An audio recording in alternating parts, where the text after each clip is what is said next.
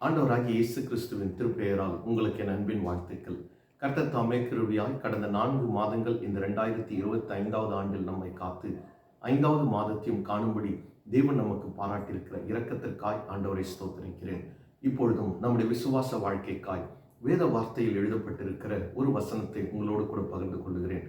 லூக்கா எழுதின சுவிசேஷம் 1ஆம் அதிகாரம் 30ஆம் வசனத்தில் எழுதப்பட்டிருக்கிற வார்த்தையாவது, பயப்படாதே, நீ தேவனிடத்தில் கிருபை பெற்றாய். பயப்படாதே, நீ தேவனிடத்தில் கிருபை பெற்றாய் என்று எழுதப்பட்ட வசனத்தின் பிரகாரமே எனக்கு அன்பான சகோதரனே, சகோதரியே, நீங்கள் எப்பேற்பட்ட சூழ்நிலையிலே இன்றைக்கு இந்த வார்த்தையை கேட்டுக்கொண்டிருந்தாலும் கர்த்தர் உங்களோடு கூட சொல்லுகிற வார்த்தையாவது, நீ பயப்படாதே, நீ என்னிடத்தில் கிருபை பெற்றிருக்கிறாய், தேவனிடத்தில் கிருபை பெற்றிருக்கிறாய். அண்ட சராசரங்களையும் படைத்த சர்வ வல்லமுள்ள ஆண்டவர் மூலமாய் ஆண்டவரிடத்தில் உனக்கு கிருபை கிடைத்திருக்கிறது, அவருடைய கண்களிலே உனக்கு கிருபை கிடைத்திருக்கிறது என்று எழுதப்பட்ட இந்த வார்த்தையின் பிரகாரமே உன்னை நான் வாழ்த்துகிறேன். தேவனுக்கு மகிமை உண்டாவதாக. இந்த வேத வசனத்தை வேதாகம் புஸ்தகத்தில் மரியாள் என்கிற ஒரு ஸ்திரீக்கு வானத்திலிருந்து இறங்கி வந்த தேவதூதன் சொன்ன வார்த்தையை நாம் அறிந்திருக்கிறோம்.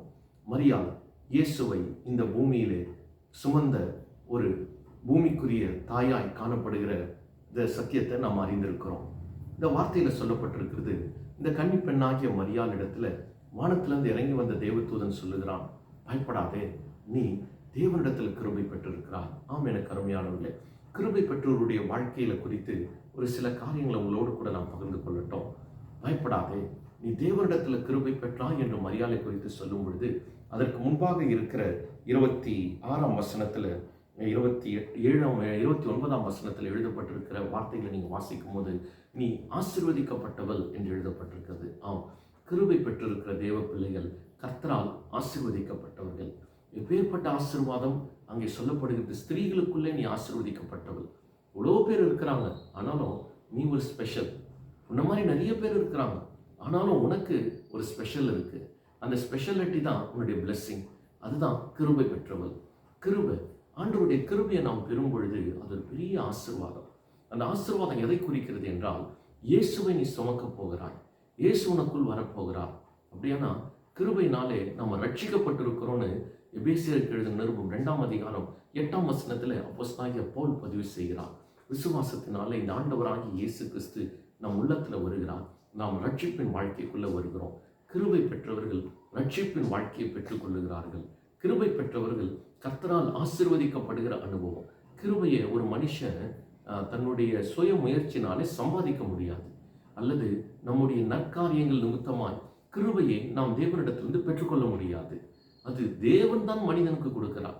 அதனால தான் எபேசியர் 2:8 பவுல் எழுதுகிறார், விசுவாசத்தினாலே கிருபையை கொண்டு ரட்சிக்கப்பட்டீங்க, இது உங்களால் உண்டானதல்ல, தேவனுடைய ஈவு என்று எழுதுகிறார். ஆம், உங்க குடும்பத்தில் நிறைய பேர் இருக்கலாம், ஆனாலும் கர்த்தர் உங்க மேல கிருபை உள்ளவராக இருக்கிறார். அதனால தான் அந்த வார்த்தையை கேட்டுக்கொண்டிருக்கிறீங்க. நீங்க தேவனிடத்தில் கிருபை பெற்றவங்க. அது நீங்க செய்கிற நற்காரியத்தினாலேயோ அல்லது நீங்க நல்லவங்க என்பதற்காகவோ அல்ல, மாறாக வித் அன் அன்கண்டிஷனல் லவ். அதுக்கு எந்த ஒரு கண்டிஷனும் கிடையாது. And there is no reason for it. இந்த காரணத்தினால தான் உன் மேல நான் அன்பு வைத்திருக்கிறேன் அப்படின்னு ஆண்டவர் சொல்வது கிடையாது. அது அல்ல கிருபை.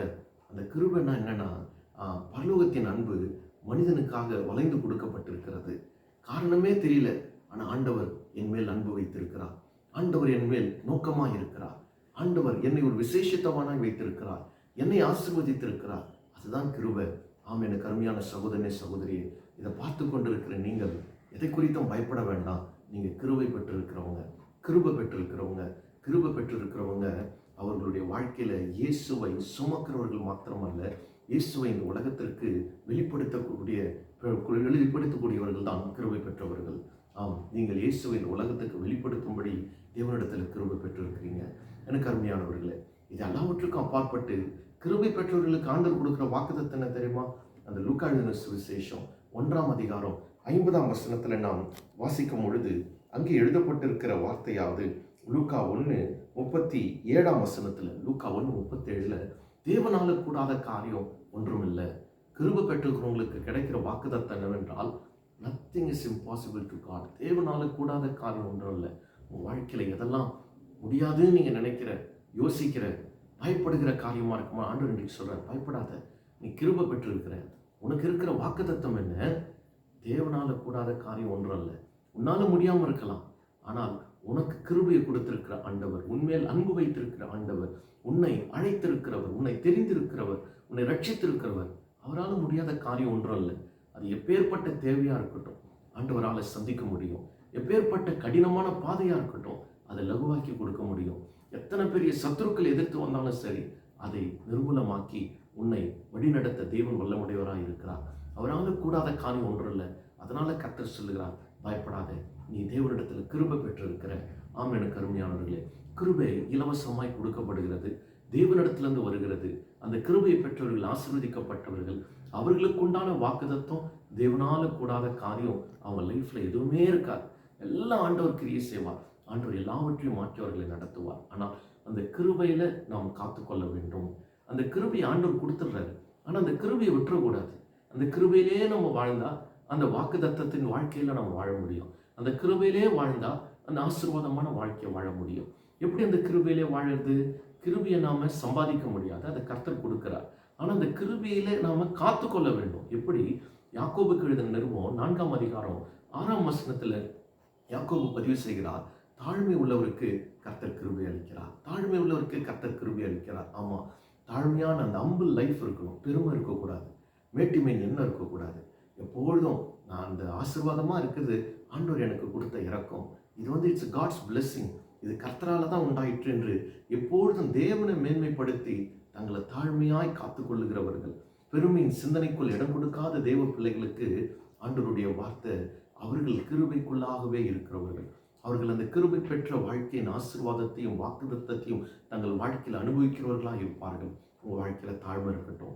2வது சங்கீதம் 86:5 வசனம் சொல்லப்பட்டிருக்குது, கர்த்தர் நல்லவரும் மன்னிக்கிறவரும் தம்மை நோக்கி கூப்பிடுகிற யாவருக்கும் கிருபை மிகுந்தவராக இருக்கிறார். அப்படின்னா ஆண்டவருக்கு யாருக்கு அந்த கிருபையிலே இருக்க முடியும்னா, ஜெபிக்கிறவங்க, அவரை நோக்கி கூப்பிடுறவங்க. ஒவ்வொரு நாள் காலையிலும் ஒவ்வொரு நாள் ராத்திரியிலும் ஜெபிக்கிற ஒரு அனுபவம் இருக்கா?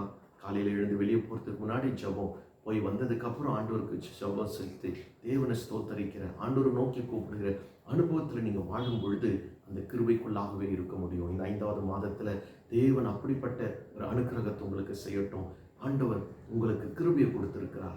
ஆண்டவர் உங்களை பார்த்து சொல்றார், பயப்படாத, நீ கிருபை பெற்றிருக்கிற, கிருபை பெற்றிருக்கிற, நீ ஆசீர்வதிக்கப்பட்டவன், நீ ஆசீர்வதிக்கப்பட்டவள், உனக்கென்று ஒரு வாக்குத்தத்தம் உண்டு. நீ இந்த உலகத்தில் இயேசுவை வெளிப்படுத்தும்படியாய் தெரிந்து கொள்ளப்பட்டவள். உனக்குரிய வாக்குத்தத்தமானது தேவனால கூடாத காரியம் வாழ்க்கையில் ஒன்றுமே கிடையாது. இப்பேற்பட்ட நன்மையை வாழ்க்கையில சுதந்திரித்துக் கொள்ள, அந்த கிருபையிலே தங்கியிருப்பதற்கு நீ தாழ்மையோடு கூட ஜப ஜீவியத்தில் வாழ்வாயானால், அந்த கிருபையின் வாழ்க்கையில வாழ்ந்து அந்த ஆசீர்வாதத்தை சுதந்திரித்து உலகத்துக்கு கிறிஸ்துவை வெளிப்படுத்தி தேவனுடைய வாக்குத்தத்தமானது அவன் வாழ்க்கையில எப்பொழுதும் நிறைவேறுகிறத தலைமுறைக்கு நீ காண்பாயாக. இயேசுவின் நாமத்தில் உன்னை வாழ்த்துகிறேன். நாம் ஜெபிப்போம். எங்கள் அன்பின் பரலோக தகப்பனே, ஆண்டவராகிய இயேசு கிறிஸ்துவின் விலையேறப்பெற்ற நாமத்தில் உம்மை நோக்கி பார்க்கிறோம். ஆண்டவரே, இந்த 5வது மாதத்தில் இதோ அந்த வார்த்தையை கேட்டுக்கொண்டிருக்கிற ஒவ்வொரு சகோதர சகோதரிக்காய் ஸ்தோத்திரிக்கிறோம். பயப்படாதே, நீ தேவனிடத்தில் கிருபை பெற்றாய் என்று வாக்கு பண்ணின ஆண்டவர், கிருபை பெற்றிருக்கிற ஒவ்வொருவரும் அந்த கிருபைக்குள் தங்களை காத்துக்கொள்ள தாழ்மையோடு கூடவும் ஜப ஜீவியத்திலும் ஜீவிக்க எங்களுக்கு உதவி செய்யும். கிருபை பெற்றவர்கள் ஆசீர்வதிக்கப்பட்டவர்கள், நாங்கள் இருக்கிற சூழ்நிலையில் நாங்கள் ஆசீர்வதிக்கப்பட்டவர்கள், கிருபை பெற்றவர்கள், இயேசுவை இந்த உலகத்துக்கு வெளிப்படுத்துகிறவர்கள், கிருபை பெற்றவர்கள், தேவனுடைய வாக்குத்தத்தத்தை பெற்றவர்கள் என்று நாங்கள் மரியாளுடைய வாழ்க்கையில் நாங்கள் கண்டது போல எங்கள் வாழ்க்கையில் அந்த கிருபையின் ஆசீர்வாதத்துக்குள் வாக்குத்தத்தத்துக்குள் வாழ்ந்து உங்களுடைய நாம மகிமைக்கென்று ஜீவிக்க கிருபையில் எங்களை காத்துக்கொள்ள தாழ்மையோடு ஜப ஜீவியத்தோடு வாழ இந்த 5வது மாதத்திலையும் ஆண்டவரே விசுவாச வாழ்க்கையில இந்த வார்த்தை கேட்கிற ஒவ்வொரு சகோதர சகோதரி வாழ்க்கையில் உண்டாகட்டும். வாழ்க்கையில காணப்படுகிற எல்லா தடைகள், போராட்டங்கள், பிரச்சனைகள், குழப்பங்கள், ஆண்டவரே என்ன செய்வதென்று தெரியாமல் இருக்கிற சூழ்நிலைகள்லாம் ஒரு மாற்றத்தை கர்த்தர் தாரும். உம்முடைய கிருபையை பெற்றிருக்கிற பிள்ளைகளுக்கு நீர் தந்திருக்கிற வாக்குத்தத்தமானது தேவனால கூடாத காரியம் ஒன்றும் இல்லை. அதை நிச்சயித்துக் கொள்ளட்டும்பா, அதுல கடந்து போகட்டும்பா. பூமியில அப்பா மனுஷருடைய சிந்தனைக்கு அப்பாற்பட்டு கிரியை செய்கிற தேவனுடைய வல்லமை இதோ இந்த நாளில் என்னோடு கூட இணைந்து ஜெபித்து கேட்கிற ஒவ்வொருத்தருடைய வாழ்க்கையில் உண்டாகும்படி இயேசுவின் நாமத்தில் ஜெபித்து வாழ்த்துகிறோம். கர்த்தர் அப்படி செய்கிறபடி நாளை ஸ்தோத்திரம். இந்த மாதம் முழுவதும் கர்த்தருடைய கிருபை ஐக்கியத்தில் இருக்கிற ஒவ்வொரு குடும்பங்களோடு, விசுவாச குடும்பங்களோடு, சகோதர சகோதரிகளோடு இருந்து காத்துக்கொள்ளட்டும். இயேசுவின் வல்லமுடைய நாமத்தில் ஜெபித்து வாழ்த்தி ஆசீர்வதிக்கிறோம். ஜெபங்களுக்கு பதில் பெற்றுக் கொள்கிற நல்ல பிதாவே. ஆமென், ஆமென். God bless you.